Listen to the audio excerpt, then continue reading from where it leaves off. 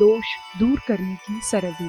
अक्सर लोग पढ़ते समय नेत्रों में पानी आने, खुजली और जलन होने, आँख और सिर में दर्द होने आदि बातों की शिकायत किया करते हैं। अनेकों के लिए ये असंभव हो जाता है वह बुढ़ापे में बारीक अक्षर पढ़ें और किताब को नज़दीक रखकर देख सकें। पढ़ने में किसी प्रकार भी दिक्कत या तकलीफ होने से डॉक्टर लोग तुरंत चश्मा लगवाने की सलाह देते हैं, पर चश्मा लगाने से दृष्टि कमजोर होती जाती है, जिसकी वजह से लोगों को बार बार चश्मा बदलना पड़ता है। बहुत से रोगियों का कष्ट चश्मे से दूर नहीं होता और उन्हें बार बार चश्मे वालों की दुकानों पर जाना पड़ता है। इस प्रकार नए नए चश्मे खरीदते रहने के कारण उनके घर में चश्मे की एक दुकान ही बन जाती है।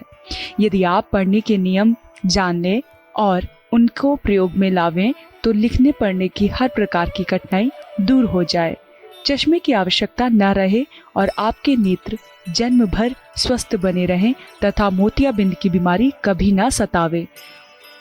पढ़ते समय आपकी किताब नीचे की ओर रहनी चाहिए, नेत्रों के बिल्कुल सामने नहीं।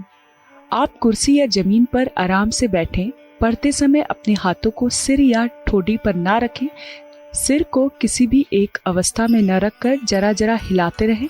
यदि आप टहलकर पढ़ने के अभ्यासी ना हो तो पढ़ने के समय सिर के नीचे कोई तकिया लगाकर पढ़ना चाहिए, करवट लेकर नहीं। पढ़ते समय ऊपर की पलकें कुछ नेत्रों पर गिरी रहनी चाहिए। आंखों को अधिक नहीं खोलना चाहिए। पढ़ते समय पलकों को धीमे धीमे गिराते रहना नेत्रों के लिए लाभदायक है। जाड़े की ऋतु में अक्सर लोग धूप में बैठकर भी पढ़ते हैं, परंतु जो लोग धूप में पढ़ना चाहते हैं उन्हें अपनी किताब ऐसे स्थान पर रखनी चाहिए जिससे किताब पर धूप ना पड़े। यदि चेहरे पर धूप पड़ती हो तो परवाह नहीं, परंतु यदि धूप किताब पर पड़ेगी तो आपकी आंखों पर जोर पड़ेगा, इसीलिए इससे आपको बचना चाहिए। पढ़ने के लिए रोशनी बहुत तेज नहीं होनी चाहिए। बिजली की तेज रोशनी में पढ़ना आंखों के लिए हानिकारक है।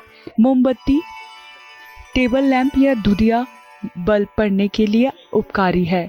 अगर सादे बल्ब से पढ़ना पड़े तो इस प्रकार से पढ़ना चाहिए कि बल्ब की किरण कागज पर सीधी ना पड़े। धीरे धीरे पलक झपकाने से नेत्रों को आराम मिलता है। हर पंक्ति के पढ़ने में पलकों को 1 या 2 बार जरूर झपका लेना चाहिए और इस काम को कैसे करना होगा इसको भी आपको ठीक तौर पर जान लेना चाहिए। पलकों को ठीक तौर पर झपकाने का तरीका यह है कि ऊपर की पलकें धीरे धीरे नीचे की ओर गिरे और फिर धीरे धीरे ऊपर उठे, पर नीचे की पलकों को उनसे ऊपर ही ऊपर रखें। बहुत से नेत्र विकार पलक को ठीक तौर पर झपकाने से ही दूर हो जाते हैं। रोज सुबह को 10 मिनट तक सूर्य की ओर नेत्र बंद कर बैठना चाहिए और अपने सिर को सांप के फन की तरह धीरे धीरे हिलाना चाहिए। फिर छाया में आकार ठंडे पानी में से नेत्रों को धोना चाहिए और इस प्रकार नित्य सूर्य व्यायाम करने से नेत्र स्वस्थ बने रहते हैं, दृष्टि तेज होने लगती है। आमतौर पर लोग यह समझते हैं कि बारीक अक्षर पढ़ने से नेत्र कमजोर हो जाते हैं। यह विचार गलत है।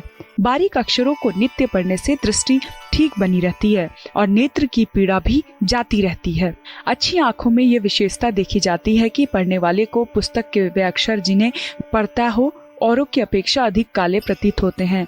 इसका यह अर्थ है कि उनकी आंखों में त्राटक का तेज मौजूद है। जिन लोगों को किताब के अक्षर अधिक काले नहीं मालूम होते उनके बारे में यह समझना चाहिए कि उनमें त्राटक के तेज की कमी है। इस कमी के कारण ही नेत्र पढ़ते समय थक जाते हैं। इस तेज को उन्हें बढ़ाना चाहिए। सूर्य चक्षु व्यायाम के बाद आंखों को हाथ से ढके। नेत्र को इस प्रकार से बंद करें कि हाथ का दबाव आंख पर ना पड़े। 5 मिनट तक आंखों को ढके रहें और किसी काली वस्तु का ध्यान करें। इस क्रिया को पामिंग कहते हैं। फिर हाथ हटाकर धीरे से नेत्रों को खोलें और हौले हौले पलकों को झपके। सिर को दाएं बाएं हिलाएं और अपनी दृष्टि पुस्तक की सफेद पंक्तियों पर घुमाएं।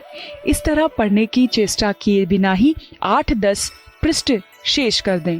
किताब को उल्टी रखने से यह क्रिया सुगमता से होती है, क्योंकि इससे पढ़ने की चेष्टा में कमी हो जाती है।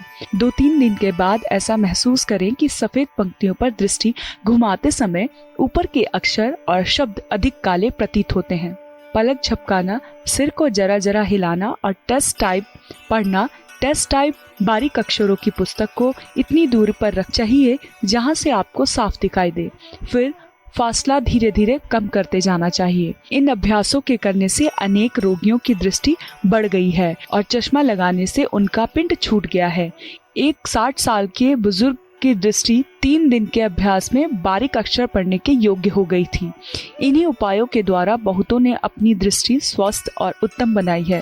इन विधियों के अभ्यास से कोड़ी खर्च किए बिना ही हर कोई लाभ उठा सकता है। फरवरी अखंड ज्योति 1949। हमारे YouTube चैनल विचार क्रांति दूत अखंड ज्योति पत्रिका को सब्सक्राइब करें एवं अगली वीडियोस प्राप्त करने के लिए बेल आइकन दबाएं। धन्यवाद।